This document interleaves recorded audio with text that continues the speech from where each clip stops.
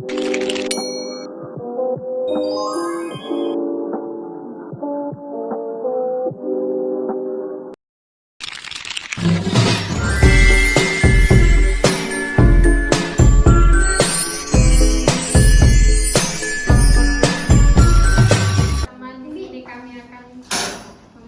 hasil diskusi kelompok kami dari kelompok 7. Pengertian pengelolaan kelas. Pengelolaan kelas adalah salah satu tugas guru yang tidak pernah ditinggalkan. Guru selalu mengelola kelas, dia melaksanakan tugasnya. Pengelolaan kelas maksudnya untuk menciptakan lingkungan belajar yang kondusif bagi anak didik sehingga tercapai tujuan pengajaran yang efektif dan efisien. Untuk memahami pengertian tentang pengelolaan kelas secara mendalam, maka akan dikemukakan beberapa pendapat dari para ahlinya.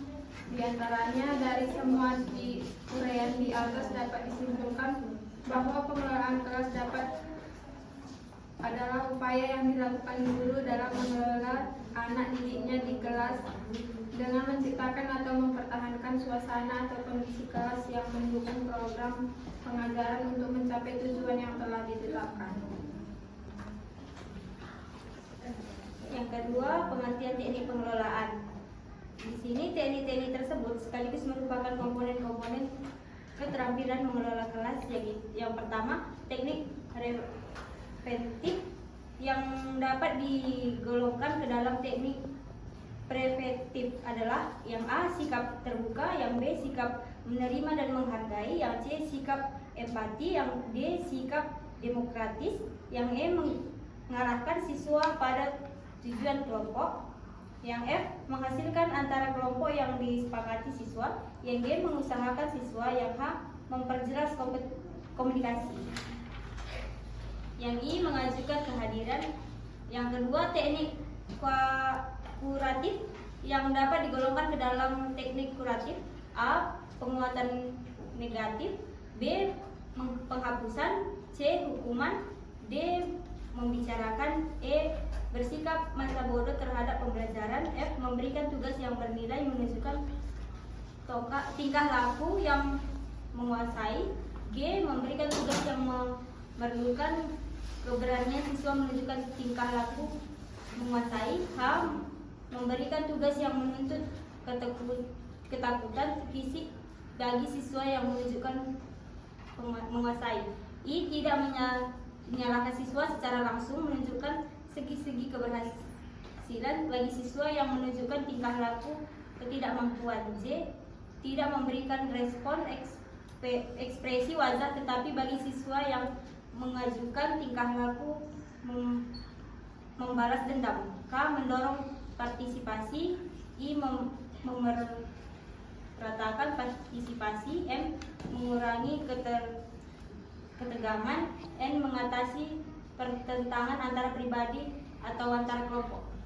Baik, selanjutnya yaitu mengelola kelas dengan efektif. Guru yang telah memiliki jam mengajar cukup lama tidak banyak mengalami kesulitan dalam mengelola kelas. Waktu berlangsungnya proses pembelajaran berbeda dengan guru baru yang belum memiliki jam mengajar yang banyak. Kebanyakan di antara mereka masih mencari bentuk atau pola dengan mencontoh gurunya yang mereka sukai pada waktu mengajar. Tidak terlintas di benaknya bahwasannya yang dihadapi ini bukan dirinya pada waktu dulu.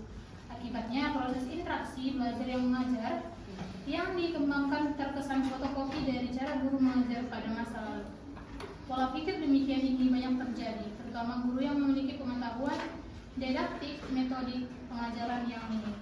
Pada lembaga-lembaga khusus peluang terjadi serupa ini sangat besar karena para instruksinya kebanyakan tidak memiliki latar belakang pendidikan atau pengalaman pengelolaan kelas sesuai dengan asas didaktik. Akhirnya, proses interaksi belajar mengajar dikembangkan penuh sesak dan transparan pengetahuan, minim transfer kepribadian akibat lanjut kelas menjadi tempat penugasan, penuangan bejana, bukan tempat berinteraksi. Jika hal tersebut dilihat dari konsep bisnis, tidak menimbulkan persoalan karena kelas dipandang sebagai medan pertemuan antara yang sesama dan membutuhkan. Siswa membutuhkan penguasaan ilmu sebanyak-banyaknya dalam tempo sesingkat-singkatnya, sedangkan instruksi membutuhkan materi sebanyak-banyaknya dalam tempo sesingkat-singkatnya. Persoalan akan menjadi berbeda jika hakikat pembelajaran. Apabila tujuan kelembagaan yang kita bangun bertujuan untuk pengajaran, maka pengelolaan kelas secara substansial dengan aspek bisnis benar ada. Namun jika tujuan kelembagaan yang kita bangun bertujuan untuk pendidikan, maka tidak begitu tepat. Filosofi ini juga yang akan mendasari bagaimana manajemen pengelolaan kelas dibentuk atau dikembangkan. Namun demikian, ada sejumlah rambu-rambu umum yang dijadikan acuan baik pada konsep pengajaran maupun pendidikan. Yang pertama yaitu kelas dikelola dengan pola semua keperluan. Lingkungan fisik, tempat belajar mengajar mempengaruhi pentingnya terhadap hasil pembuatan belajar.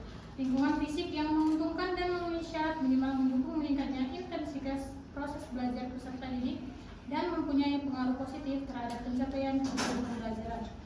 Lingkungan fisik yang dimaksud yaitu meliputi A. Ruangan tempat berlangsungnya proses belajar mengajar. Berdasarkan ruangan kelas sangat bergantung pada berbagai hal juga, di antara lainnya itu jenis kegiatan dan jumlah peserta didiknya. Yang kedua ada pencahayaan dan kebisingan. Jendela harus cukup besar sehingga memungkinkan panas cahaya matahari masuk, udara sehat dengan ventilasi yang baik, sehingga peserta didik dalam kelas dapat menghirup udara segar yang cukup mengandung oksigen. Yang ketiga ada tata letak pengaturan kursi. Dalam mengatur tempat duduk yang penting adalah kemungkinan terjadinya tatap muka.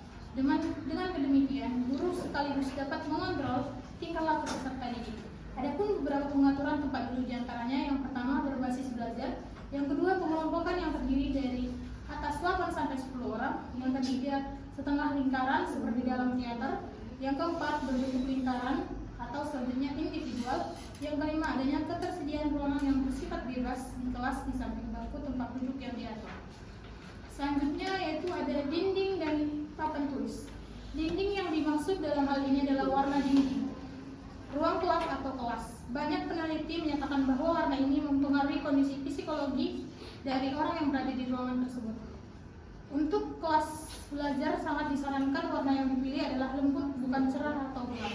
Sedangkan papan tulis yang digunakan harusnya kontras karena akan mempengaruhi hasil tulisan. Adapun beberapa jenis papan anjuran yang seyogyanya ada pada lembaga pendidikan, yaitu pertama papan tulis, papan putih, papan magnetif, papan flip, papan pameran, papan flanel, papan gulung, dan slip serta elektronik. Selanjutnya ada lantai ruang. Lantai ruang sebenarnya tidak terkait dengan dalam proses belajar mengajar. Namun kenyataannya bisa terciptakan karena warna lantai. Lantai ruangan dimaksud ialah lantai ruangan yang belajar digunakan untuk proses belajar mengajar. Ada sebagian pendapat ruang belajar harus ditutup karpet, ada sebagian pendapat juga tidak harus. Pendapat ini tidak perlu ditentang karena kedua hal ini tidak berkaitan dengan proses belajar mengajar. Hanya yang dipentingkan adalah kenyamanan yang tercipta karena warna lantai. Berikutnya ada hambatan guru dalam mengelola kelas. Hambatan guru dalam mengelola kelas.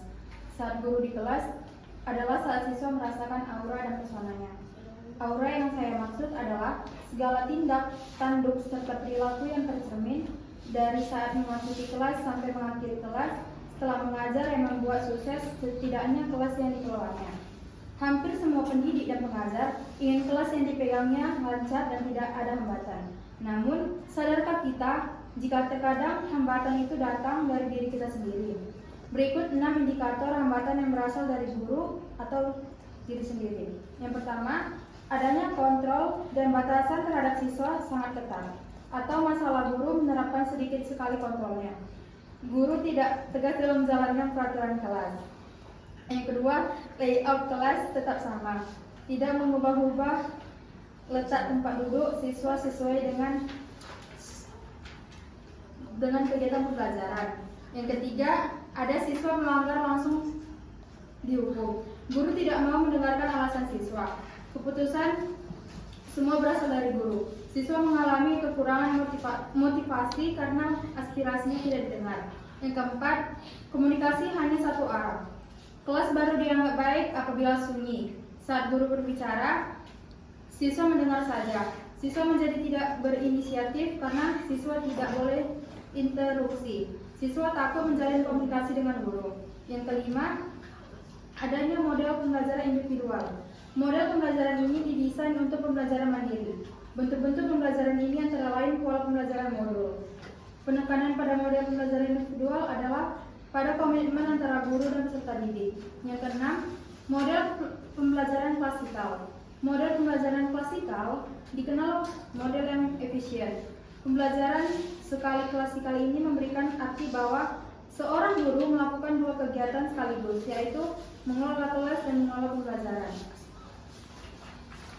Kesimpulan dari materi kami yaitu pengelolaan kelas merupakan rangkaian usaha yang dilakukan guru untuk menciptakan dan mempertahankan kondisi belajar yang optimal, sehingga proses pembelajaran dapat berlangsung dengan tertib, nyaman, dan efektif.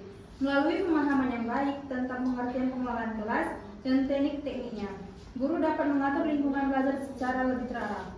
Teknik pengelolaan kelas mencakup berbagai strategi yang digunakan guru untuk membangun disiplin, menjaga perhatian siswa, menata ruang kelas, serta menciptakan suasana yang positif dan kondusif. Penggunaan teknik yang tepat memungkinkan guru mengurangi gangguan belajar, meningkatkan interaksi, serta memotivasi siswa berpartisipasi aktif. Mengelola kelas secara efektif tidak hanya menuntut kemampuan guru dalam menguasai materi, tetapi juga menuntut keterampilan dalam memahami karakteristik siswa, merancang aturan yang jelas, dan membangun komunikasi yang baik. Ketika guru mampu menerapkan teknik pengelolaan kelas secara konsisten dan adaptif, kualitas pembelajaran akan meningkat dan tujuan pembelajaran dapat tercapai dengan lebih maksimal.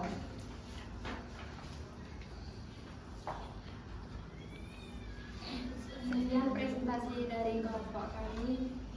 Terima kasih.